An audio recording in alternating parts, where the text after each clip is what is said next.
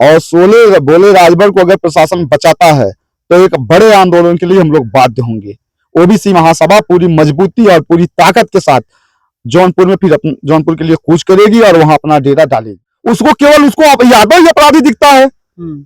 शहीद पे गोली खाने वाला उसको यादव नहीं दिखता, और बॉर्डर पे गोली खाने वाला शहीद उसको यादव नहीं दिखता। समाज के लिए जो है गोली खाने वाला कोई, क्या इसमें जो इनकाउंटर अभी यादव उसमें एक यादव को गोली नहीं लगी है? तो आज के दौर में यादव समाज अनाथ है। आप किसी यादव को उठाइए, उठा के ले जाकर उसका इनकाउंटर करिए, कोई आवाज उठाने वाला नहीं है। लेकिन आप और लोगों पे आरोप लगा रहे हैं, लेकिन सबसे बड़ा संरक्षण धनंजय सिंह का है सोले के ऊपर, क्योंकि जिला पंचायत सदस्य है और जिला पंचायत अध्यक्ष के चुनाव में मजबूती से धनंजय सिंह के साथ खड़ा था। धनंजय सिंह तो आए थे, पीड़ित परिवार की मदद भी किए थे, 2-2 बार आए, लेकिन और कोई नहीं आया। गिरीश चंद जी एक बार गए। ये बताइए, अभी धनंजय सिंह चाहे तो 2 मिनट में सोले भोले बाहर आ जाएंगे। देखिए, हम लोग उसमें नहीं है कि सामने कुछ पीठ पीछे कुछ, जो पीठ पीछे वही सामने है, और बचना तो नहीं है सोले भोले को चाहे जो। अगर जबी मारा गया है तो सोले भोले को भी मारना पड़ेगा, प्रशासन को चाहे जो करना पड़े। प्रशासन नहीं मारता अगर सोले भोले को और प्रदीप बिंद को, तो उसके लिए हम लोग बाध्य होंगे। प्रशासन फिर खुद जिम्मेदार होगा, जो भी चीजें होंगी जौनपुर का प्रशासन जिम्मेदार होगा। तो मैं कह रही, मुझे डर है कहीं मेरी भी हत्या ना हो जाए। अगर इसी पर ये कार्रवाई रोक दी जाएगी, रवि को मार करके उनको जेल भेज करके कार्रवाई खत्म कर दी जाएगी, तो मेरी भी हत्या हो सकती है। सौम्या कह रही है। बिल्कुल सही कह रही है, लेकिन सौम्या के लिए हम लोग मजबूती से खड़े हैं, और सोले बोले राजभर को अगर प्रशासन बचाता है तो एक बड़े आंदोलन के लिए हम लोग बाध्य होंगे। ओबीसी महासभा पूरी मजबूती और पूरी ताकत के साथ जौनपुर में फिर जौनपुर के लिए कूच करेगी और वहां अपना डेरा डालेगी। वहां का प्रशासन उसके लिए स्वयं जिम्मेदार होगा अगर कोई अनहोनी होती है आगे। और जो सौम्या कह रही है 100% सत्य है, उसकी भी हत्या हो सकती है, लेकिन अगर उसके साथ अब कुछ होता है तो फिर हम लोग भी हाथ में चूड़ियां पहन के नहीं बैठे हैं। अगर हम लोग अभी कानून को मानने वाले लोग हैं, संविधान को मानने वाले लोग हैं, कानून के कानूनी व्यवस्था पे चलने वाले लोग हैं, अगर उससे इतर कुछ होता है तो फिर हम लोग भी उससे ऊपर जाने के लिए तैयार हैं। ओम प्रकाश मंत्री कह रहे हैं, जब यादव अपराधी की हत्या हो जाती है तब अखिलेश का भी ट्वीट आता है, कॉन्फ्रेंस करते हैं और तमाम यादव नेता चिल्लाना शुरू कर देते हैं। देखिए, ओम प्रकाश जो है वो बेहद निकम्मा, बेहद बदतमीज इंसान है। वो दुख की घड़ी में भी उसको जातीय समीकरण साधने में लगा हुआ है। मैं कहता हूं, तुमको क्यों पीड़ा होती है जब किसी राज्य, देखिए मैं ओबीसी समाज से आता हूं, मेरे लिए राजभर मेरे लिए मेरे भाई हैं, लेकिन उनमें बांट करके वोट की राजनीति करना एक संवैधानिक पद पर बैठे हुए व्यक्ति के लिए यह अशोभनीय है। और जो उसके बच्चों की जो भाषा है, जो लैंग्वेज है, वो तो ऐसी है कि कोई भी चप्पल उठा के उसे 2 चप्पल दे दे। अगर नहीं सुधरे तो फिर उनके लैंग्वेज को सुधारने के लिए हम लोग आगे कदम उठाएंगे, क्योंकि ये बहुत हो गया है। उसको केवल उसको यादव ही अपराधी दिखता है। शहीद पे गोली खाने वाला उसको यादव नहीं दिखता, और बॉर्डर पे गोली खाने वाला शहीद उसको यादव नहीं दिखता।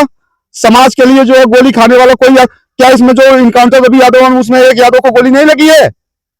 जो कांस्टेबल है उसको भी तो गोली लगी है। तो आप बताइए, उसके ऊपर भी तो गोली चली थी। अगर वो जैकेट नहीं पहना होता तो मारा जाता कि नहीं मारा जाता, जो पुलिस बता रही है।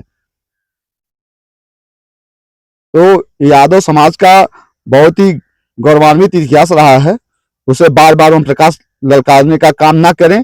पहले वो करणी सेना और अभय सिंह से निपटे कि जिस सुहेलदेव के नाम पर इतनी बड़ी पार्टी बना करके लोगों को लूटने का काम कर रहे हैं, वही सुहेलदेव को अब वो लोग छत्री बता रहे हैं, और उसकी हैसियत औकात नहीं है उन लोगों के खिलाफ बोल दें।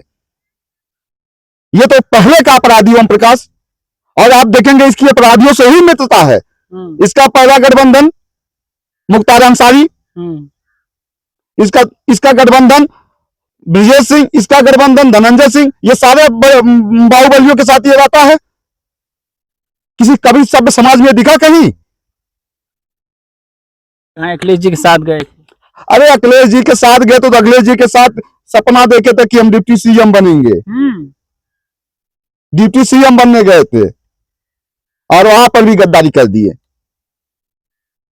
ये समाज को बरगला करके केवल अपने परिवार को आगे बढ़ाने का काम कर रहे हैं।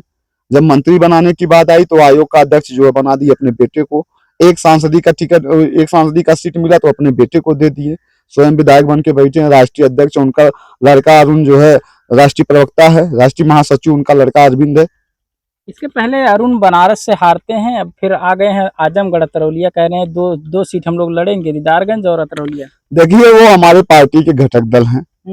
पार्टी हम लोगों को जो भी आदेश करेगी हम लोग करेंगे, लेकिन यह आजमगढ़ है, गढ़ ही बनाएंगे वो लोग। बिल्कुल कोई दो राय नहीं है। हम लोग अपनी पार्टी के साथ है। बाकी वो हमारे घटक दल है, हमारा उनसे कोई बहुत इत्तेफाक नहीं है। हमारी पार्टी हमको जहाँ भेजेगी हम उसके साथ मजबूती से खड़ा रहेंगे, किसी भी सीट पर भेजेगी। क्या भाजपा यहाँ आजमगढ़ में उतनी कमजोर है कि दीदारगंज और अतरौलिया न लड़ सके? नहीं, अब बहुत मजबूत है आजमगढ़ में भाजपा, और मैं विश्वास दिलाता हूँ इस बार कम से कम 3 से 4 सीट जीत के जाएगी आजमगढ़ से, पूरी मजबूती के साथ और पूरी दावे के साथ मैं कह रहा हूँ। कब जा रहे हैं सौम्या से मिलने? ये आखिरी सवाल हमारा है। कब जा रहे हैं आप पीड़ित परिवार आजाद बिंद के परिवार से मिलने? बहुत जल्द, 2 या 3 दिन के अंदर मैं उस परिवार से मिलने जा रहा हूँ।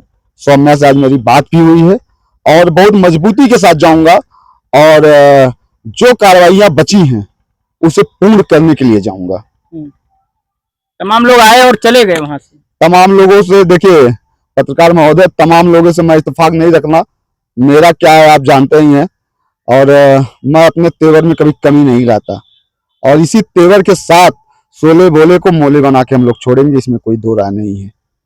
देखिए, हमने विशाल यादव से बात किया जो कि ओबीसी महासभा के प्रदेश उपाध्यक्ष हैं, और इन्होंने कहा कि हम सौम्या को न्याय दिलवा के रहेंगे, और जो भी अपराधी हैं जिनके ऊपर 1 लाख का इनाम घोषित है, जैसा हस्र रवि का हुआ है ऐसा ही हस्र उनका भी होना चाहिए, जैसा इनकी मांग है, और उस मांग को पूरा करवाने के लिए परिवार के साथ लगातार खड़े रहेंगे। आप लोग क्या समझते हैं कमेंट करके अपनी राय हमको दीजिएगा। बहुत बहुत धन्यवाद।